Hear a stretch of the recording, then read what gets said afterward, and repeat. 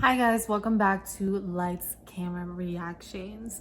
So as you guys know, we are dedicating this whole entire week to the memory of 9/11, and we're reacting to nothing but 9/11 videos all week long. So for today, we're going to be reacting to a video by Fog Tales, and it's called 9/11's Aftermath, 3 Chilling Ghost Stories. So this should be interesting. I'm excited to kind of hear these stories and if they're like actual ghost stories or experiences that people have had after 9/11, passed from 9/11. And it's maybe from people that had passed from 9/11, which should be interesting. I remember kind of seeing something once where I think it was like a little boy and he like recalled the whole 9/11 situation. And mind you, he wasn't born or alive, but he told the story from like someone who passed from 9/11. And I remember it was really interesting. I can't remember where I saw that on, but I remember watching it and it was pretty interesting how he like knew these details about this victim's past and life and that day. And this boy's never been born. He's not related to these people. He didn't know them, nothing like that. So it was pretty crazy that he would know these things. So quick question before we get into the video. Do you guys believe in ghosts? Do you believe in afterlife? What do you guys believe in? Let me know down in the comment section below. All right, let's go ahead and get into it.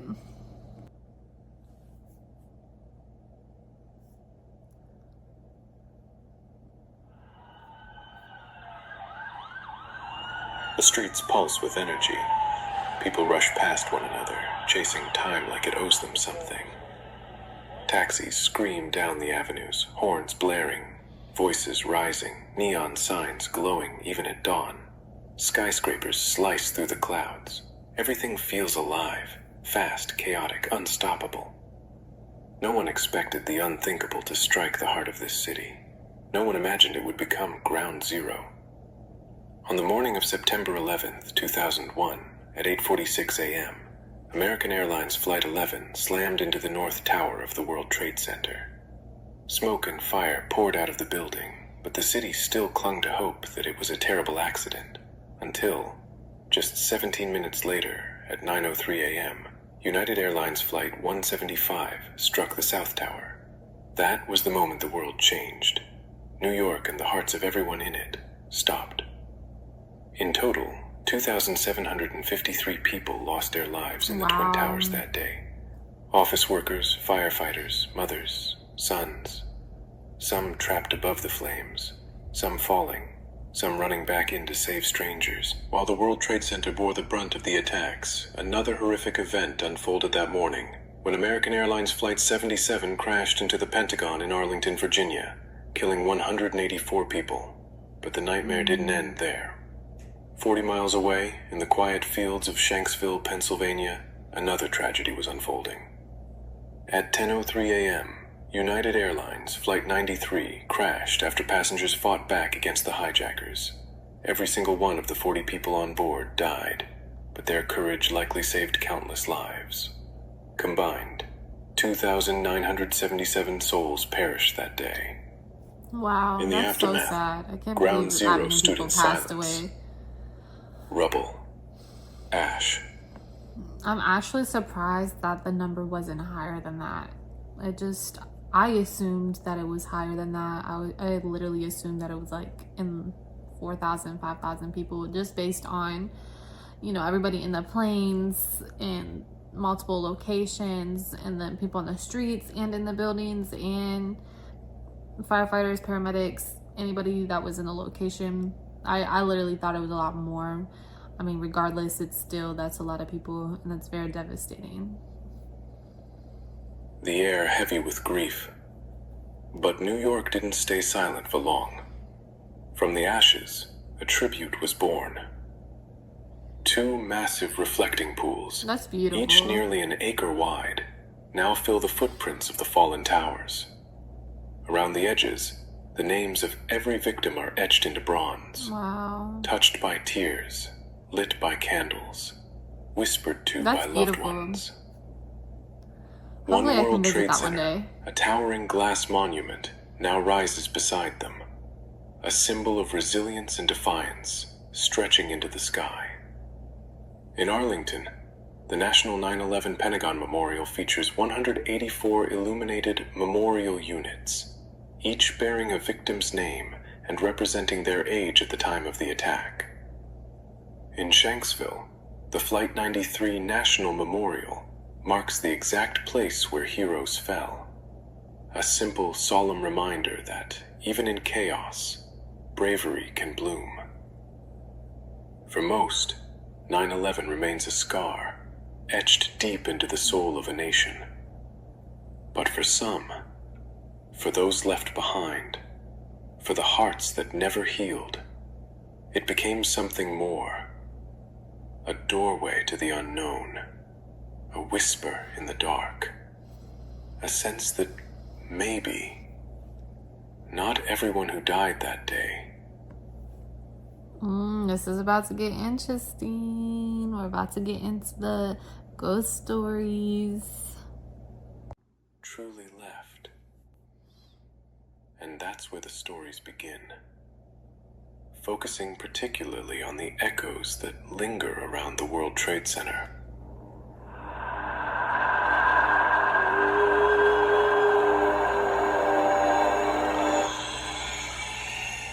Okay, so I want you to picture this. You're traveling to New York. It's your first time. Maybe you're on vacation, maybe on business, and you check into a quiet little hotel near Lower Manhattan. Nothing too fancy, just enough for a good night's rest. They give you your key, smile politely, and say your room's on the 6th floor. You thank them, head up, unpack a little, and open the curtains to check out the view. And right there, just outside your window, you see it. The deep, open space where the World Trade Center once stood. A graveyard. You're looking into a mass grave, and the moment you realize that, you suddenly don't feel so alone in that room anymore. Back in 2015, Nikki was working as a night receptionist at a small hotel that sat almost too close to Ground Zero, like next door close. One entire side of the building overlooked the memorial site.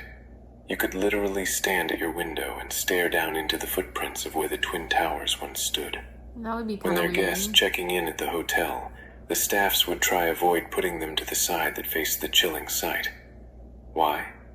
Because so many people were reporting sometime woke up and then, middle of the night, sometimes from nightmares, sometimes from this eerie pressure in the air, like something was watching them. They'd get up, walk toward the window, draw the curtain, and freeze, because pressed against the glass, face to face with them, were dozens, sometimes hundreds of faces. Many emotions, mostly scared, staring directly into the rooms from the outside, as if they were stuck there, as if they had nowhere else to go. It wasn't fog, it wasn't reflections. These guests would be screaming, crying, begging to change rooms. Some left in the middle of the night and never came back. Nikki and the front desk staff developed an unspoken rule. Never assign a guest to the World Trade Center facing side unless every other room was booked. And if they had to give one out, they'd warn people not to open the curtains. Nikki's shift would often end around 3 or 4 a.m. It was always quiet, the city asleep, just the occasional taxi sweeping past. But sometimes, especially on cold, windy nights, she'd hear something. It would start soft, like a moan in the wind, but then it would grow, layered, like the sound of thousands of people crying out at once. She wasn't the only one. Staff heard it too. Even guests mentioned it the next morning, but no one ever talked about it for long.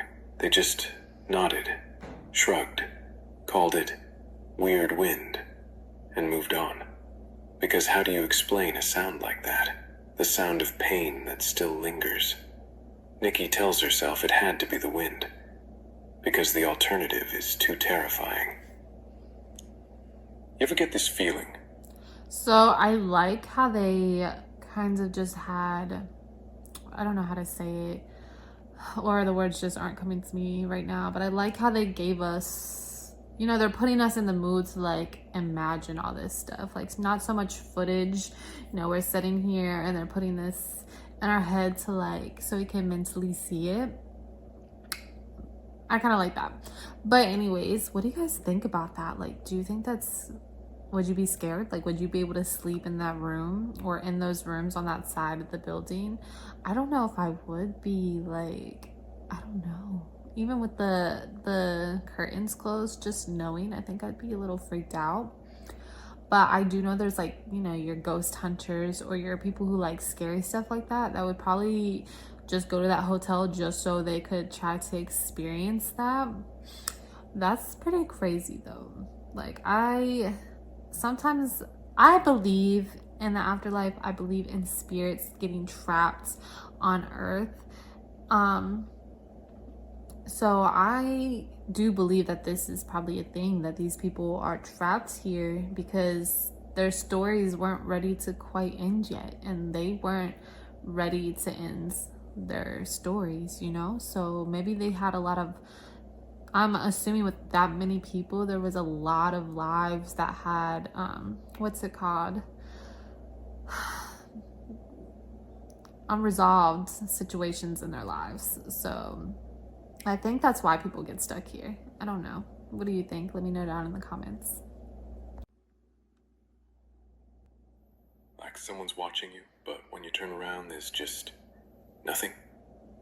That's exactly what happened to a group of workers in Staten Island.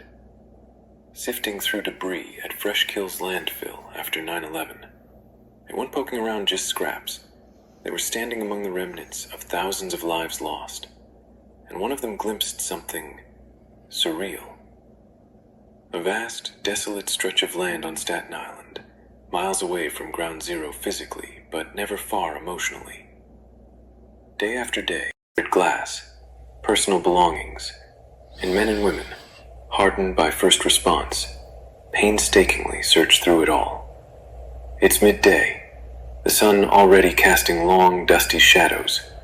Retired NYPD Lieutenant Frank Mara is overseeing a crew he's come to trust. They're exhausted beyond belief. Morale is as stripped as the twisted metal around them.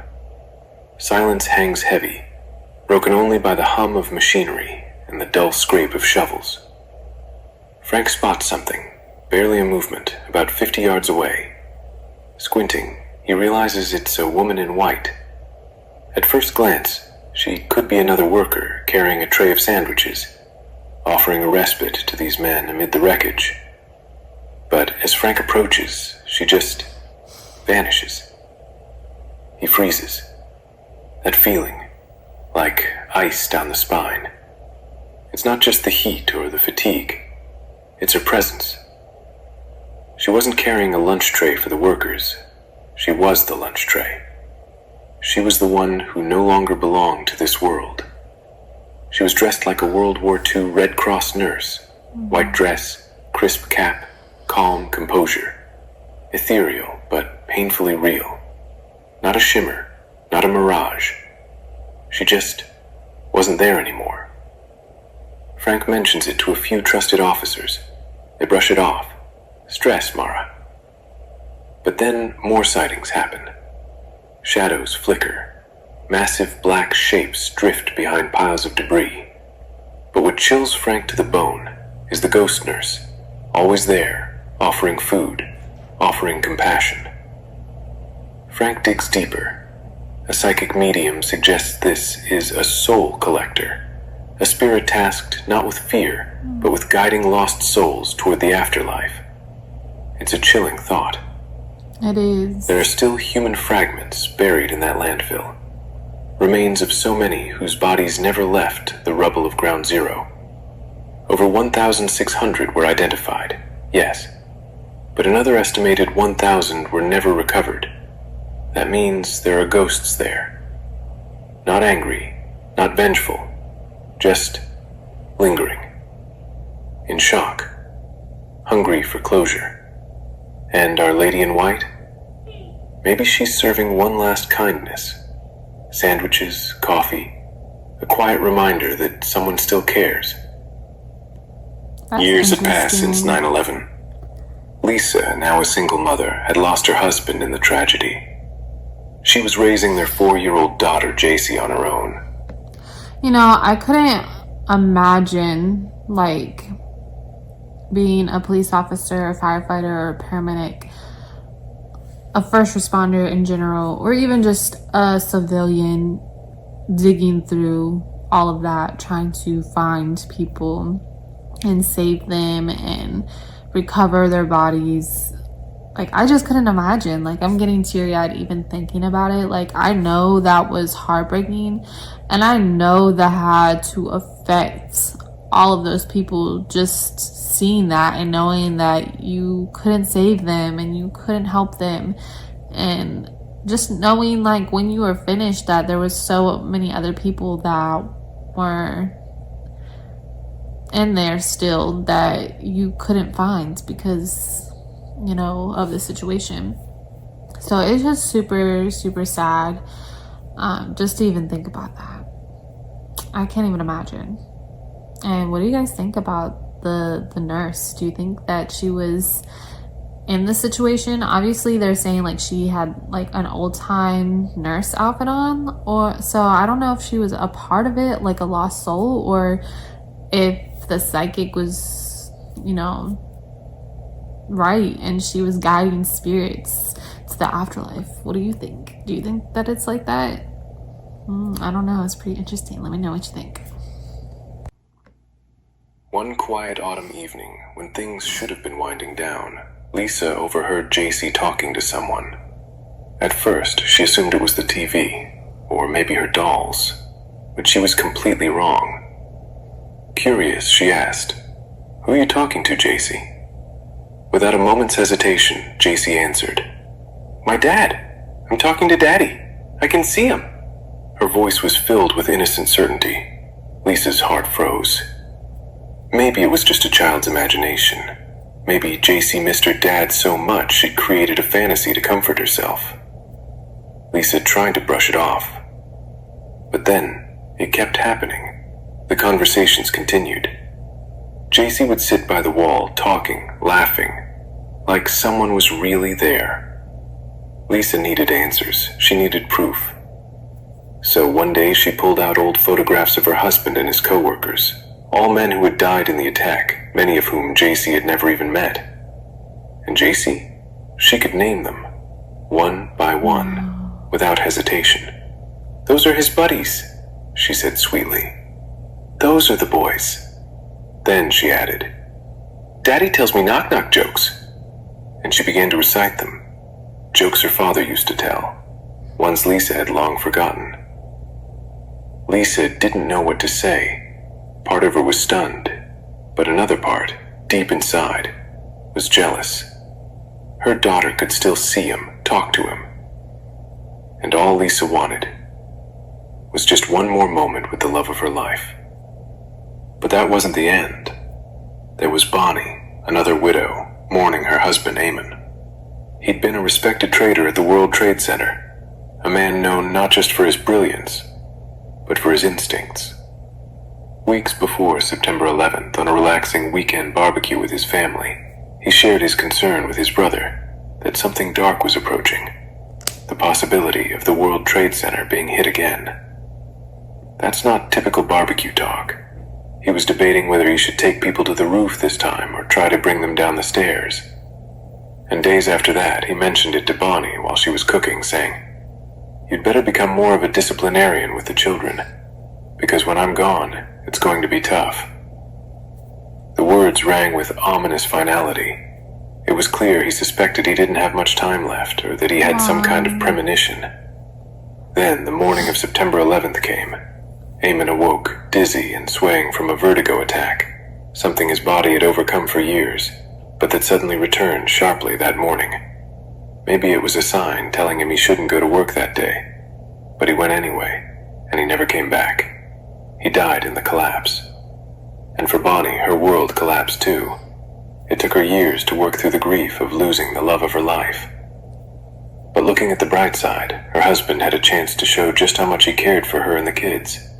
He tried to prepare her. No doubt he's still watching over them, from above, protecting them, loving them, guiding them, just as he always did. Lisa and Bonnie are just two among many who have stepped forward, sharing what might be the most mysterious side effect of 9/11. While the World Trade Center attacks left a deep national and emotional scar for most, for some grieving families, the tragedy also opened a door to a spiritual realm they never thought they'd encounter. And now, we've reached the end of this episode. Do you believe that in places where great tragedy strikes, where screams echo and lives are lost in terror, some souls never leave? Do you believe they're still wandering, still trying to go home? Some don't even realize they've already died. Subscribe for more chilling stories, folk tales, and So that was pretty interesting. I've always heard that kids can see like angels and people in the afterlife and ghosts and things like that, and I always believed it because even my son, I remember a few times he would like just be looking up like in the sky or in the ceiling and just giggling and smiling, but there was nothing there. And I hear that a lot. Like I hear a lot of people say that their babies do that, that their toddlers do that. I've heard a couple occasions where toddlers or young kids speak on someone that passed that they never met before and they've never really heard about. So I do believe that sometimes people come back, and I believe that man probably missed his daughter and he didn't get a chance to say goodbye, so he made sure he came and he spent some time with her while he could.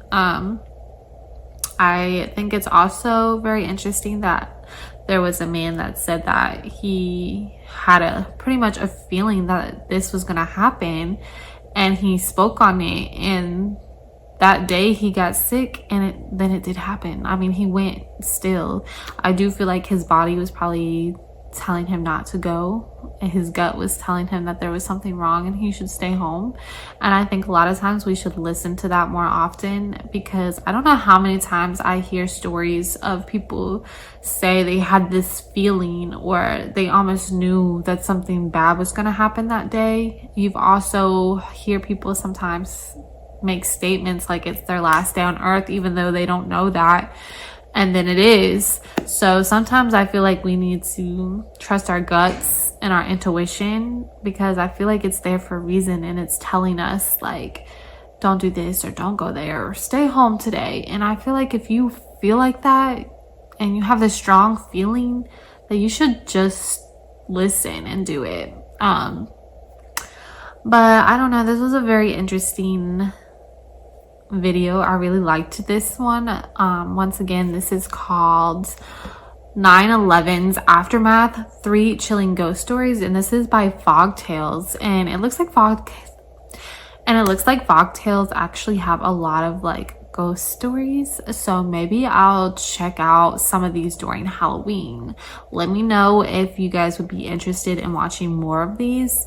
I'm also going to try to post a video every single day for Halloween, like the month of October, and I'm gonna probably make a playlist called 31 Nights of Halloween, and I'll do that every night. Like every day I'll post one. I'm not sure what time yet, maybe like in the afternoon. That would probably be a better time when it's like dark and creepy outside, so maybe I'll do that.